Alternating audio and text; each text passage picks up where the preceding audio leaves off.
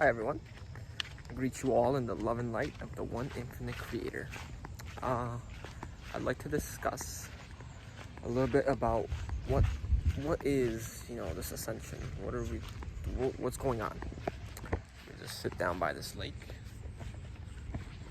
It's always good to have water around you, large bodies of water, regardless of whether you're a water sign or whatever. I'll get into a little bit more about astrology a little later in the video. That's in here too. But it's good because the large body of water, or water in general, all the elements really cleanse your energy. So water is very healing. When you take baths, when you're around bodies of water, when you take showers, when you can feel the energy just cleansing your aura. Wind does the same thing. Fire, earth as well. When you ground, you let the energy go through you. But what I want to talk about today is actually ascension. So what is going on right now is a unearthing. It's not unearthing. Let's say unearthing, an unearthing of Christ consciousness. Okay, so that's coming to the surface. It's being revealed again. It's re-entering the human heart. People are tapping into this Christ consciousness more. Now, what is it? What is Christ consciousness? So Christ, when he first came here, Christ, first of all, is a consciousness. The person that embodied that consciousness was Joshua ben Joseph. This is all from his channel material. He came and he planted the seed of that Christ consciousness, which is love. It's understanding that everything is connected and treating another person as you would treat yourself, or taking the other person as a part of yourself. That's Christ consciousness.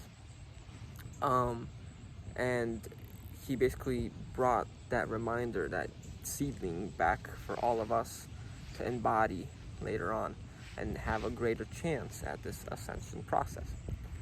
Now, when this happens, when you are embodying that Christ consciousness, what you're basically doing is moving out of your lower three chakras. Okay, so you're going from your root chakra to your sacral, to your solar plexus, and finally to your fourth chakra, which is the heart chakra. That's what Christ consciousness is mainly about. It's love and re-entering your heart chakra. How do you do this? You balance your first three chakras, right? It's like a gateway. Can't get to here without crossing the first three. And you do this by getting out of vibrational fear, which is the root chakra. It's your stability. It's how confident in yourself, how much aware of yourself you are. Are you stuck in, let's say, sexual addictions or fear-based consciousness, and what you never feel safe in your own body? So it's about feeling comfortable in your body. Sacral is your self-confidence, your ability to take action, your ability to believe in yourself, which also has to do with the solar plexus. But solar plexus is more ego.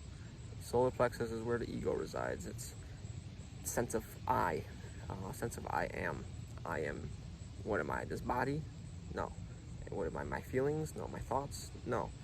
But it's all here, right? Your sense of I am is in the solar plexus. Okay.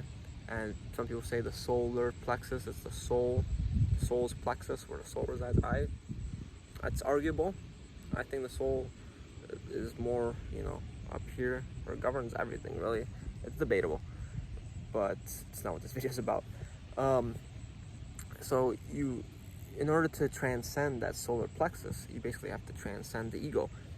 And there's nothing the ego hates more than accepting another version of the creator as yourself, as the ego. So you've now basically created a bigger version of the ego, right? You've expanded.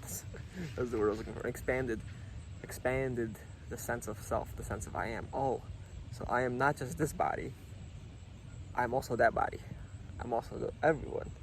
So now I can experience a sense of love for myself, my soul, and all these other beings that I see in my reality are reflected to me.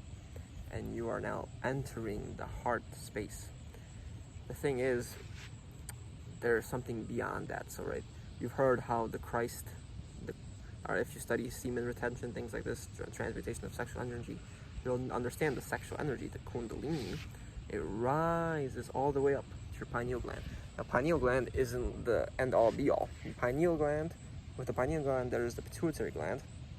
So pineal gland, pituitary gland, which form a holy trinity with the hypothalamus. So that's kind of at the top of the triangle, and it governs the pineal gland and the pituitary gland. And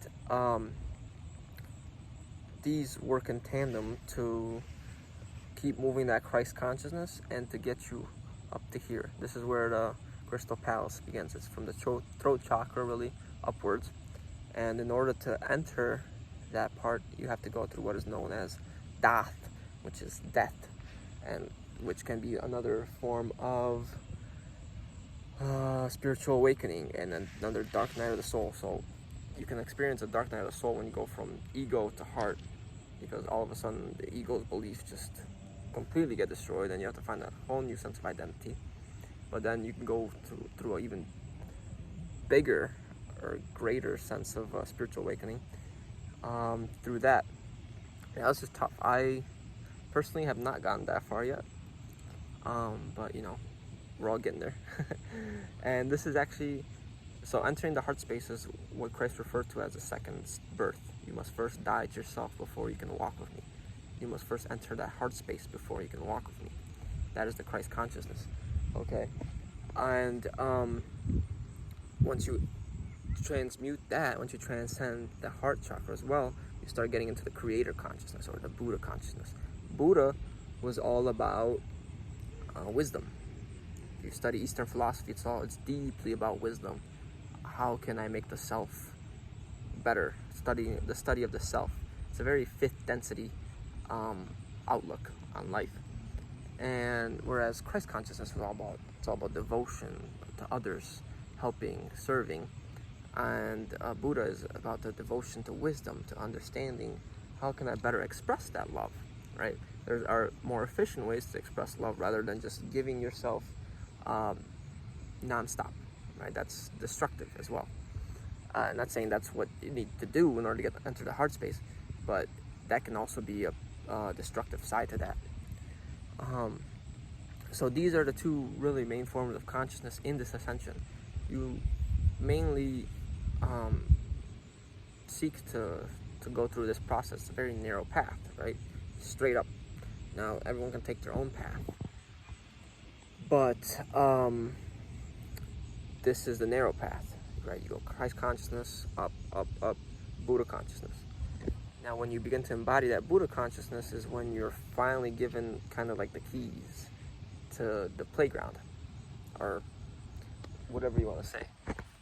But so upon reaching this Buddha consciousness, you basically have, you know, more of that creative power, or you embody that full creative power from the conscious creator, as a conscious creator, and from the one infinite creator.